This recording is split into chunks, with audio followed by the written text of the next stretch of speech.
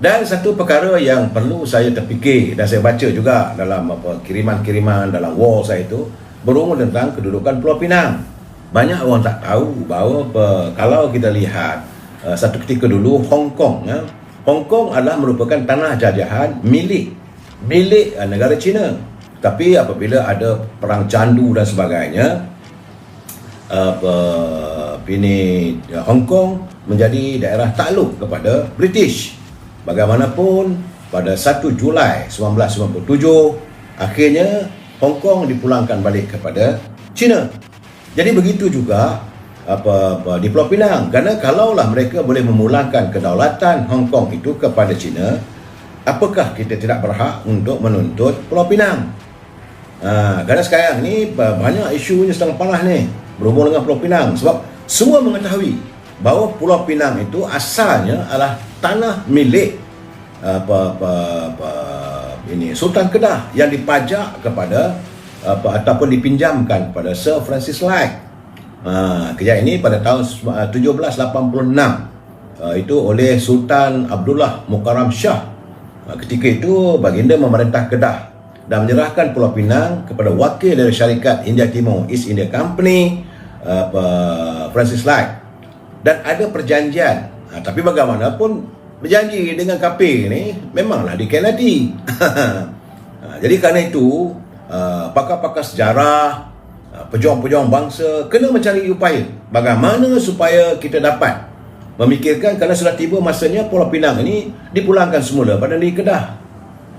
Kerana bagi saya merasakan honorium ataupun ganti rugi ataupun bayaran sanggup hati yang dibayar tiap-tiap tahun sejumlah RM18,000 kepada Sultan Kedah itu tak memadai. Bagaimanapun kita menantilah agar para pejuang bangsa kita, jangan pula nanti jadi macam tuntutan kita berhubung dengan Pulau Batu Putih. Apabila Pulau Batu Putih ini video perangkap ini akhirnya jatuh pada tangan Singapura. Sepatutnya jangan begitu. Kalau kita tak berhati-hati, akhirnya jatuh ke tangan orang. Ini adalah kita negara merdeka. Sovereignty ataupun kedaulatan bumi kita ni perlu dipertahankan.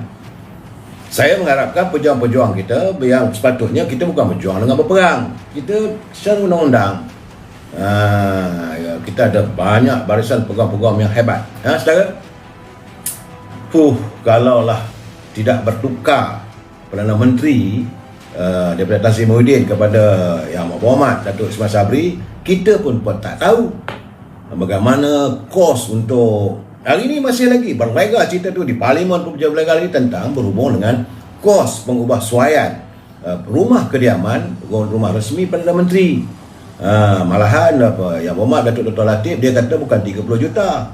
Dia kata sebenarnya kosnya 38.5 juta kalau tak silap saya. Jadi begitu tingginya dia kata. Jadi sekarang ni yang banyak orang kata ini, saya nak membetulkan. Sebab bila ada teman-teman saya tengok dalam kiriman mengatakan Yang Berhormat Datuk Ismail Sabri tak patut membuat baik pulih ataupun membuat renovasi kediaman resminya, menelan belanja 30 juta. Bukan, itu dibuat zaman Tan Sri Muhyiddin. Ini jelaskan daripada kenyataan media oleh Yang Berhormat Dr. Latif. Tapi cuma yang saya nak utarakan, kerana pada waktu yang sama sebenarnya saudara, iaitu pada 1 Jun yang lalu 2021, melalui media Malaysia Kini tersiar kenyataan Ketua Sisir Negara. Ketua Sisir Negara menyatakan bahawa penjawat-penjawat awam sanggup menyumbangkan sejumlah 30 juta melalui potongan allowance mereka sebagai tanda prihatinnya para penjawat awam terhadap kedudukan negara yang mengalami kemurungan, kemerosotan ekonomi. Jadi kaki tangan awam sanggup memberi derma kepada kerajaan, sedangkan kerajaan waktu itu tega untuk menghabiskan wang hanya untuk bukan membaik pulih, sebenarnya untuk mengubah suai. Nak baik pulih macam mana? Dan yang agak mengherankan saya, katanya kabar, saya tak tahulah ya, saudara, dapatan saya tengok katanya bangunan Sri Perdana itu kos pembinaannya adalah sekadar 26 juta aja. Tapi takkanlah kos untuk renovation sampai 38 juta. Ini keadaan walaupun Datuk Ismail Sabri memberi kenyataan bahawa ini tujuannya begitu begini apa semua, tapi akhirnya benda diserang. Inilah saya katakan orang lain yang makan nangka, orang lain yang kena getahnya.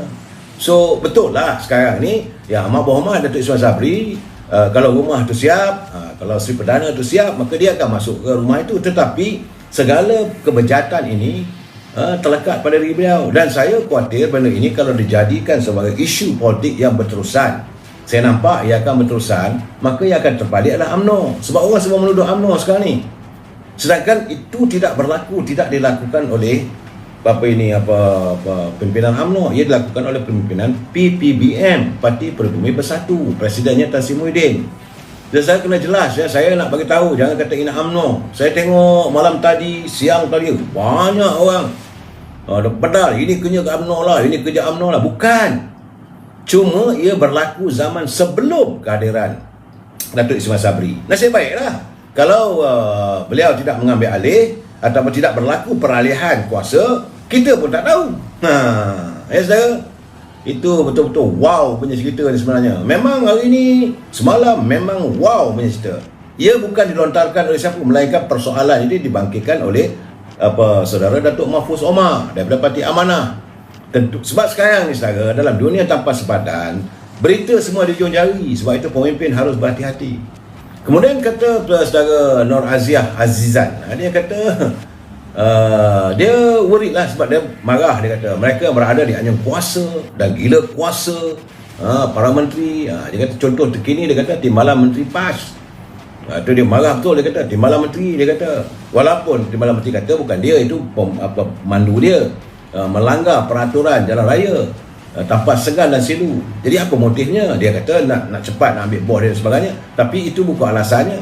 Kenyataan pula daripada Yang Muhammad Mazuk, dia pula dia kata dia langgar undang-undang dunia ni, tak kisah sengat, jangan langgar undang-undang Tuhan. Pula dah.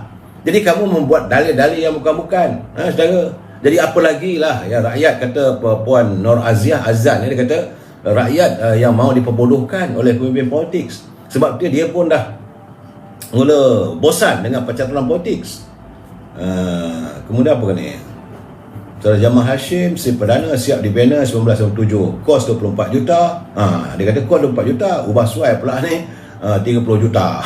Memang tak tahulah, saya tak mau menuduh tentang ada kesamunan siang hari ke, tak tahulah. Sebab saya lihat kenyataan kontraktor memang kontraktor yang berwibawa.